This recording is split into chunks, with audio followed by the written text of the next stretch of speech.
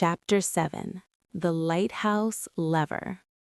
The cellar was filled with the rhythmic, mechanical heartbeat of the hydraulic pump, a sound that Nancy now understood was the lifeblood of the smuggling operation. Every thump was a calculated movement of the lift, bringing another load of illicit cargo closer to the Lucifer. Nancy gripped the heavy iron pry bar, her knuckles white against the cold metal. She knew that once she jammed the gears, the element of surprise would be gone, but the high-stakes theft of industrial isotopes was a threat she couldn't allow to sail into the fog. "On my signal, Bess," Nancy whispered. "When the lift starts its next ascent, I'll jam the main drive gear. The sudden stop will alert them, so we'll have to move fast." Bess nodded, her face pale in the dim glow of Nancy's electric torch.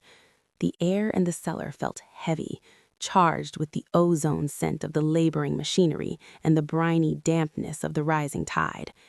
Nancy watched the steel piston of the lift. It groaned, beginning to slide upward as the pressure built. Thump, thump, thump. "Now!" Nancy cried.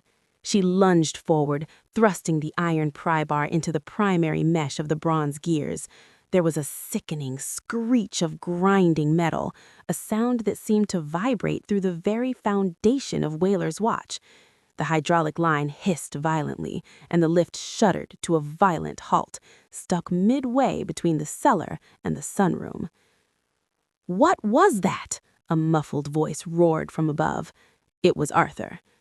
Nancy didn't wait for an answer. "The secret staircase, Bess, the one in the pantry." They scrambled up the priest's hole steps, Nancy's heart hammering in time with their frantic pace.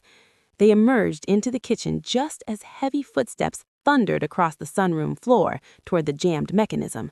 Nancy knew they couldn't go back to the guest rooms. The smugglers would search the house floor by floor. She needed an exit they wouldn't expect. They ducked into the library, a room filled with the scent of old leather and salt air. Nancy's eyes scanned the walls, searching for the maritime history Captain Thorne was so proud of.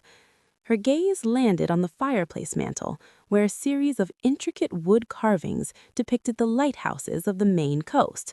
One stood out, a small 10-inch model of the Blackwood Cove light, carved from dark mahogany.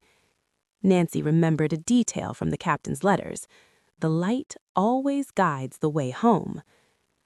She reached for the tiny wooden lighthouse.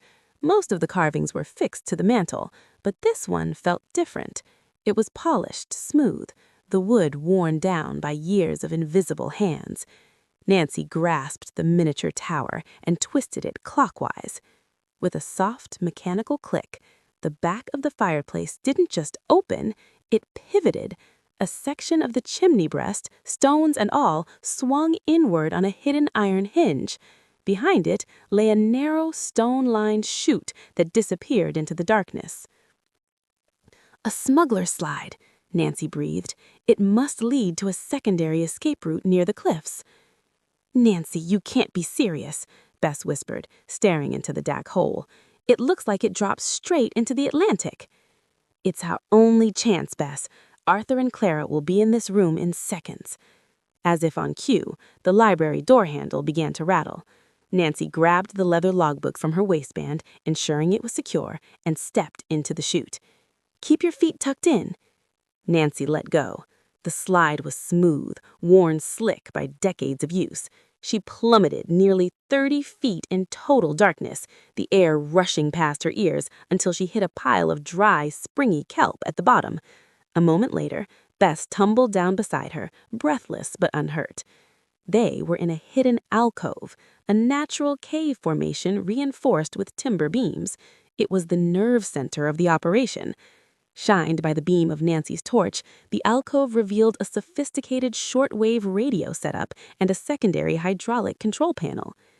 "Look at this, Bess," Nancy pointed to a brass lever shaped like a ship's wheel. "It's labeled Seagate." Beside the wheel was a glass-fronted gauge showing the tide levels. Nancy realized that the smugglers didn't just boat in, they used a sophisticated underwater gate to hide their entrance from coastal patrols. If she threw this lever, she could lock the gate in the closed position, trapping the smuggler's boat inside the cliff or locking it out entirely. Nancy grabbed the brass wheel and turned it with all her might. Deep beneath them, a heavy, iron-reinforced door groaned shut, the sound muffled by the roar of the surf. "Now they're trapped," Nancy said, her blue eyes flashing with a mix of triumph and caution. "But they're trapped too, unless we can find the exterior exit before Clara and Arthur figure out where the lighthouse leads." Nancy shined her light further into the cave, where a narrow ledge hugged the granite wall. It led towards a sliver of gray light, the first hint of the main dawn breaking through the fog. They weren't just escaping, they were heading straight for the final confrontation at the docks.